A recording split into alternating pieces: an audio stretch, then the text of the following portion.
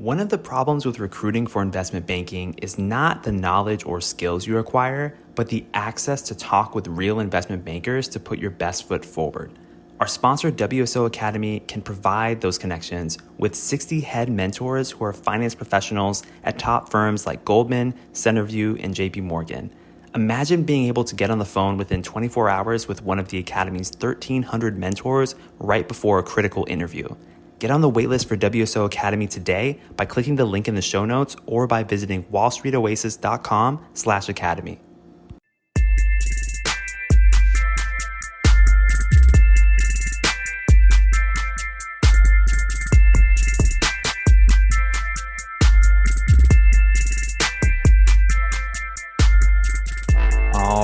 All right. Welcome to Investment Banking Insights. This is the only show dedicated to helping you learn both the technical and non-technical aspects of the investment banking process. My name is Alex Mason, and I am your host, first-year student here at Cornell, getting my MBA, learning about investment banking, and just loving every minute of it, honestly. I mean, isn't this just like the coolest profession?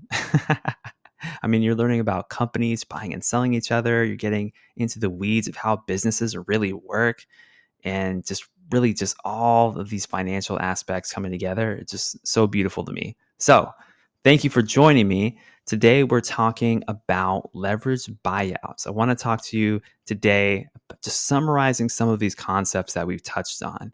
And this will be the last episode in this series where we summarize all of the technical things that we've gone through so far. So if you're a little bit weaker on LBOs, or you just want to study some more on this, you're going to want to check out episodes 132 all the way through 148. That's 132 through 148.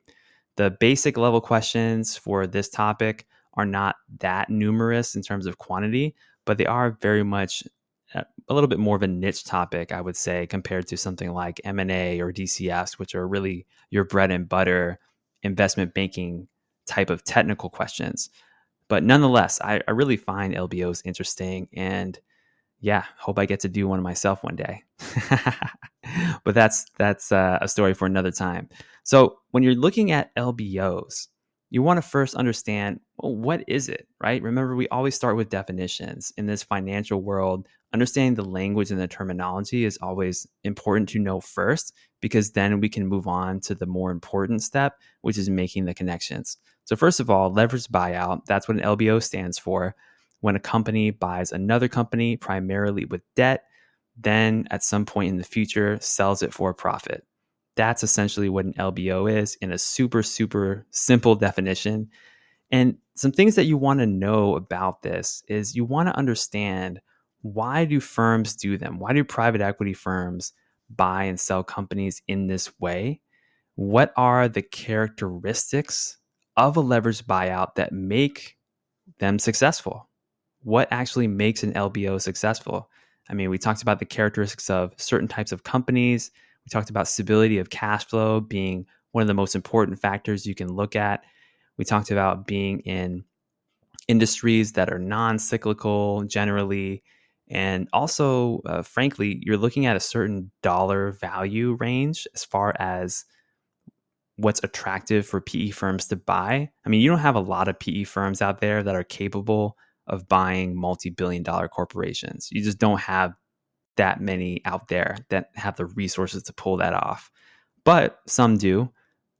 Most of the time, your PE firms are going to be buying companies in the hundreds of millions of dollar ranges. So there's all these different attributes that make a potential candidate good for buying a company with an LBO. So look into that. Understand also, what are the variables that go into LBO returns? We know that a company gets bought, a company gets sold, but what kind of happens in between there? It's not just about the purchase price or the purchase multiple and the exit multiple. Those are definitely important things. But what about the organic growth? What about the discount rate that you're assuming for the free cash flow? What about the amount of leverage that you're using and the way that the debt is structured? Those are all important things. So understand things like different types of debt that's used, private equity firms versus strategic firms. understand dividend recapitalizations, how private equity firms increase their returns, et cetera, et cetera. And LBO, it's one of those subjects that's a little more niche. So I would personally prioritize mastering other sections first before trying to master technicals in this topic. But that being said, it's still important to review. And yeah, that's LBOs. So again, episodes 132 to 148, we covered the basics of those, and we'll be talking more about them in the future with a few other questions related to them. But for now, that's what we got. And what are we doing here? We're just trying to get better every day.